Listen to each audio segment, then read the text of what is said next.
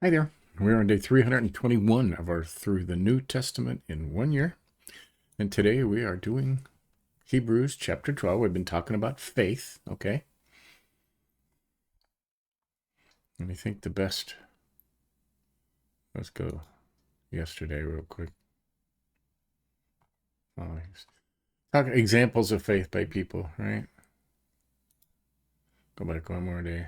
Here's what faith is. Faith is the assurance of things hoped for, the conviction of things not seen, for by it the people will receive their commendation, right?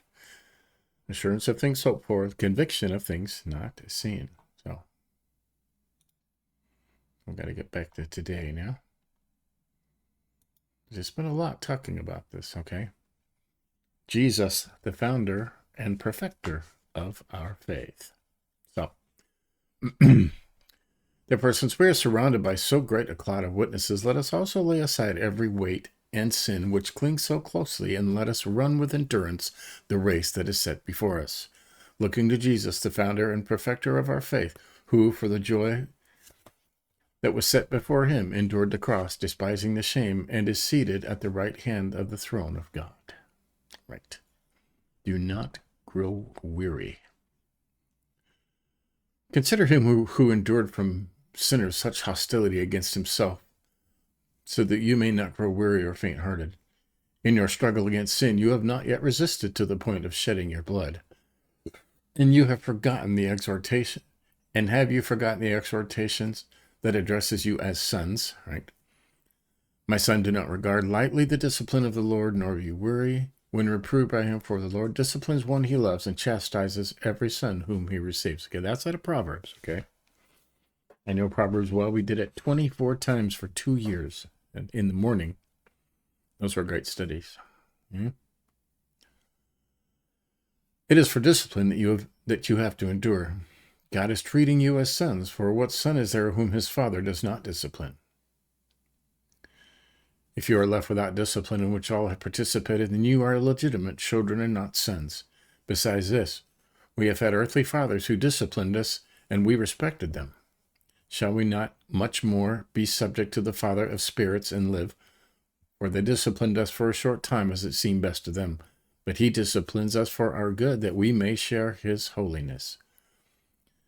For the moment, all discipline seems painful rather than pleasant, but later it yields the peaceful fruit of righteousness to those who have been trained by it. Right?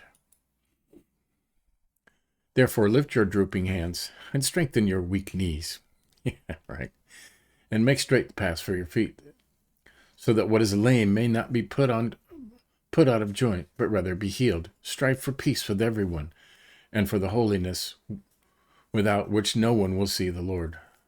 See to it that no one fails to obtain the grace of God, that no root of bitterness springs up and causes trouble, and by it many become defiled, that no one is sexually immoral or unholy like Esau, who sold his birthright for a single meal. For you know that afterward, when he desired to inherit the blessing, he was rejected, for he found no chance to repent, though he sought it with tears. Kingdom that cannot be shaken. For you have not come to what may be touched. For you have not come to what may be touched, a blazing fire and darkness and gloom and a tempest, and the sound of a trumpet and a voice whose words made the hearers beg that no further messages be spoken to them. For they cannot endure the order that was given. If even a beast touches the mountain, it shall be stoned. Indeed, so terrifying was the sight that Moses said, I tremble with fear. Right? That's Mount Sinai. Right? But you have come to Mount Zion, and to the city of the living God, the heavenly Jerusalem, and to innumerable angels in festal gathering, and to the assembly of the firstborn who are enrolled in heaven, and to God, the judge of all, and to the spirits of the righteousness made perfect, and to Jesus, the mediator of a new covenant, and to the sprinkled blood that speaks better word than the blood of Abel. Right. See that you do not refuse him who is speaking, for if they did not escape when they refuse him who warned them on earth, much less will we escape if we reject him who warns from heaven. At that time his voice shook the earth, but now he has promised, yet once more I will shake not only the earth, but also the heavens. The phrase "yet once more" indicates the removal of things that are shaken, that is, things that have been made, in order that the things that cannot be shaken may remain. Therefore, let us be grateful for receiving a kingdom that cannot be shaken, and thus let us offer to God acceptable worship with reverence and awe, for our God is a consuming fire. There you go. That's a big chapter, okay? Lots of stuff. Be good. All right. In this part, I remember reading that, talking about that a lot in Proverbs, right? So, there you go. That's today's, right? Mark as complete. There we go. Tomorrow we'll do 13. I think that may be the last one tomorrow. Let's see, Hebrews. Yep. So tomorrow's the final chapter of Hebrews, okay? Sacrifice is pleasing to God. All right, benediction, final greeting. So looks like we will finish up Hebrews tomorrow, right? And then after that, we'll be on to what's after Hebrews?